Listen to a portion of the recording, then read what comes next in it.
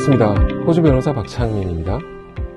오늘은 굉장히 많은 비자들 중 특별히 취업비자 관련된 이야기를 한번 해보려고 합니다.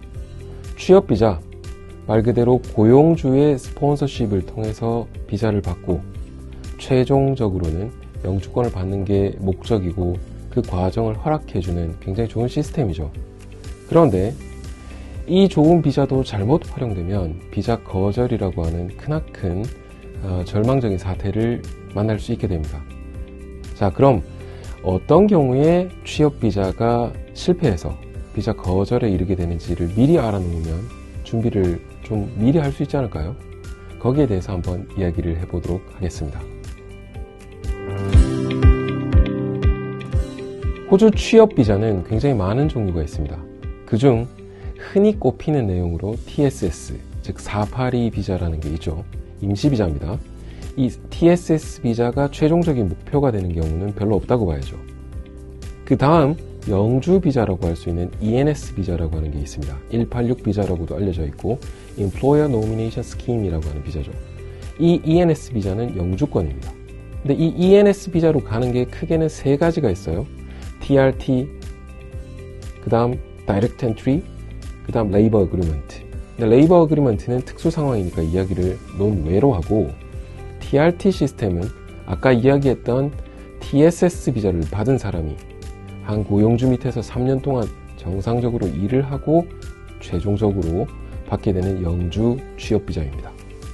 ENS Direct Entry는 한 번에 취업 비자로서 영주권을 받는 제도이죠. 그러니까 두 개가 같은 비자처럼 보이지만 사실은 종류가 다릅니다. 그 다음 또 흔히 꼽히는 취업 비자가 과거 RSMS 비자를 대체해서 나오기 시작한 494 비자라는 게 있습니다. 인기는 약간 떨어지지만 잘 활용한다면 정말 좋은 비자죠. 이들을 가리켜서 대표적인 호주 취업 비자라고 이야기를 합니다. 취업 비자에 대한 개념이 없으신 분들도 앞으로 공부를 하시다 보면 이런 비자들의 종류에 대해서 듣게 되실 거예요. 그런데 이런 취업 비자들 각각에 대해서 종류가 다른 비자들이다 보니 비자 거절의 사유가 굉장히 다를 수 있습니다. 근데 대표적으로 꼽을 수 있는 비자 거절의 주요 사유들이 있거든요. 어떤 게 있을지에 대해서 짧게 한번 이야기해 보겠습니다. 자, 스폰서십. 고용주가 밀어주게 되는 스폰서십이 필수인 게 이 취업 비자인데 그걸 흔히 가리켜 비자 진행되는 과정에서는 고용주의 노미네이션이라고 합니다. 이 노미네이션이 TSS 비자도 필요하고 ENS TRT, ENS Direct Entry, 494 비자 모두 각각 다른 노미네이션입니다.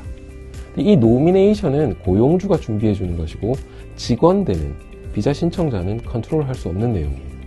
즉 내가 모르는 상태에서 고용주의 정보로 고용주가 고용주의 변호사나 법무사를 통해서 신청될 수 있는 내용인데 이게 잘못되면 비자는 절대 나올 수가 없습니다. 안 됐다. 미안해. 그래도 좀 안 됐고 동정적인 사유가 있으니까 너는 비자는 줄게. 이런 경우는 절대 없습니다. 노미네이션이 실패하면 비자는 절대 안 나온다고 보시면 되는데 그 노미네이션이 각각 비자별로 조금씩 다르죠. 그렇지만 대표적으로는 고용주가 정말 이 직원을 필요로 하는가, genuineness라고 하는데요. 이 부분이 소명이 되지 않으면 노미네이션은 거절될 확률이 높고 노미네이션 거절의 가장 큰 이유 중에 하나가 되게 됩니다.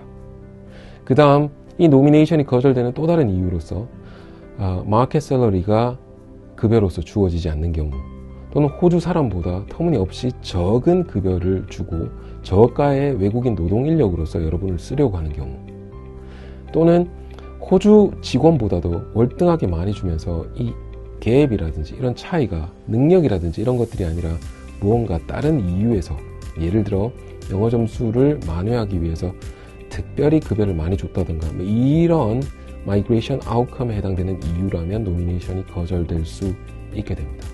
즉 고용주가 준비를 잘해줘서 노미네이션이 승인이 나야 여러분 비자가 승인될 수 있죠. 반대로 고용주가 노미네이션에서 실수하게 되거나 거절되게 될 경우에는 비자는 반드시 거절됩니다. 이게 취업비자 거절의 가장 큰 이유라고 꼽을 수 있습니다. 그 다음으로는 각각의 비자별로 요건이 있는데요. 예를 들어 TSS 비자의 경우에는 해당되는 직종 또는 closely related 되어 있는 필드에서 2 years full-time work experience가 필요합니다. 근데 이건 비자 심사 시점 기준이기 때문에 비자가 진행되는 기간에도 그 경력이 쌓이는 거거든요. ENS 다이렉트 엔트리는 뭘까요? 비자를 넣는 시점의 기술 심사와 그 시점 기준으로 3년 풀타임 경력이 nominated occupation에서 있어야 됩니다. 이 두 개가 이미 차이가 있지 않습니까? 뭐는 2년, 뭐는 3년. 그 다음 계속해서 추가가 되고 안 되고 이런 부분들. 즉 접수 시점에 내가 요건을 맞췄느냐 안 맞췄느냐에 따라서 비자의 성패가 달라지게 되는 거죠. ENS TRT의 경우에는 TSS를 받고 한국용주 밑에서 3년 동안 정상적으로 급여를 받으면서 일을 했고 여전히 그 포지션이 genuine하게 필요하다를 토대로 노미네이션과 그 다음 비자 신청이 되고 이래야 되는데 그 과정 중에 노미네이터, 즉 고용주에게 adverse information이 나온다든가 하게 되면 큰 문제가 생기게 되겠죠. 각각의 비자별로 다릅니다. 494 비자, 지방지역에서 일단 이 비자를 받고 나면 3년 동안 열심히 일을 하고 53,900불 이상씩 돈을 벌었고 비자 컨디션을 유지했다면 191 영주권을 손쉽게 신청할 수 있고 그 다음 이변이 없는 한 비자가 승인되게 될 겁니다. 굉장히 좋은 비자예요. 게다가 지방지역 자체의 범위가 굉장히 확대되어서 골드코스트라든지 선샤인 코스트라든지 이런 곳이 다 들어가 있기 때문에 굉장히 유리한 비자입니다. 그런데 494 비자도 기술 심사가 필요하고 그 다음 3년의 풀타임 경력이 nominated occupation에서 필요해요. 이런 부분에서 각각의 요구되는 요건을 못 맞출 경우에 비자가 거절되게 됩니다. 주요 거절 사유로는 방금 말씀드린 경력이 몇 년이냐, 그 다음 비자 넣는 시점에 갖춰야 될 경력이냐, 아니면 비자 최종 심사 시점 기준으로 갖춰져도 되는 경력이냐, 이런 차이점이 있습니다. 영어 점수 이야기 한번 해볼게요. ENS, TRT나 다이렉트 엔트리, 그 다음에 494 비자는 모두 IELTS 6.0에 해당되는 Competent English가 필요합니다. 그런데 TSS 비자는 숏텀이냐 미디엄 롱텀이냐에 따라서 조금 다르죠. 게다가 ENS, TRT, ENS 다이렉트 엔트리, 494 비자는 비자 신청 시점에 영어 점수를 반드시 제출해야 됩니다. 나중에 낼 수 없어요. 그런데 TSS 비자는 나중에 낼 수도 있습니다. 자, 이런 다양한 부분들이 취업 비자라고 하는 하나의 브로드한 컨셉 내에서 다 다르지 않습니까?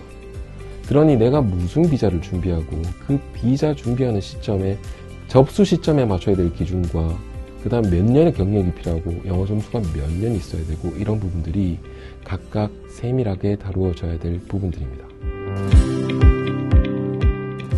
취업 비자 자체에만 국한시키지 않더라도 호주 모든 비자, 대부분의 비자에서 요구되는 조건이 신원조회를 통과해야 되겠죠. 결격 사유가 없어야 됩니다. 범주에 관련된. 두 번째로 신체 검사가 있습니다. 신체 검사만 하더라도 자 한번 보세요.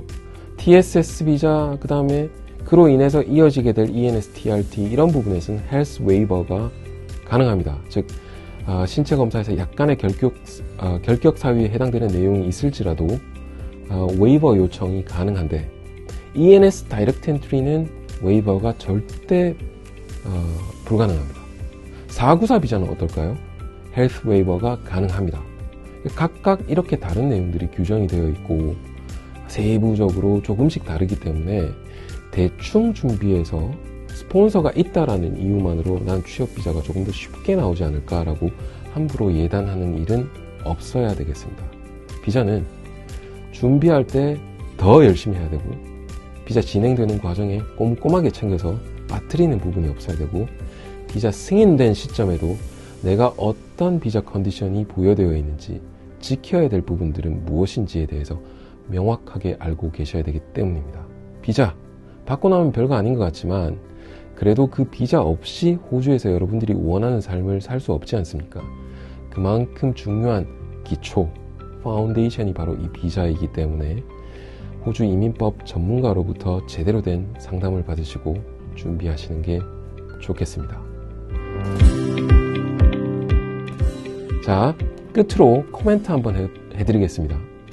TSS 비자, ENS 비자, 494 비자 뭐 다들 달라 보이고 이렇지만 조금 더 성공률을 높이기 위해서 나는 노미네이션 승인이 되는 걸 보고 비자를 신청하겠다라고 하시는 분들이 많이 있어요. 의외로 보면 굉장히 준비성이 대단하신 분들입니다.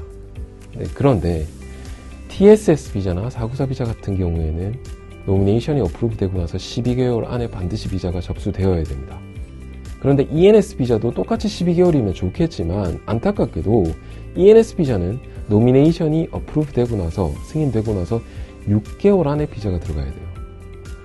다들 똑같이 이렇게 하면 참 좋겠는데 왜 이렇게 다른 걸까요? 그죠? 여러분들 골탕 먹이려고 그런 건 아닌데 이런 다른 부분들이 있다는 걸 알고 계셔야 되고, 그렇기 때문에 호주 이민법은 더 복잡해 보이고 더 많은 준비가 필요한 겁니다. 가짜에 속지 마시고 진짜 정통 전문가들로부터 도움받고 여러분들의 미래를 준비해 가시는 게 좋겠습니다. 감사합니다. 들어가세요.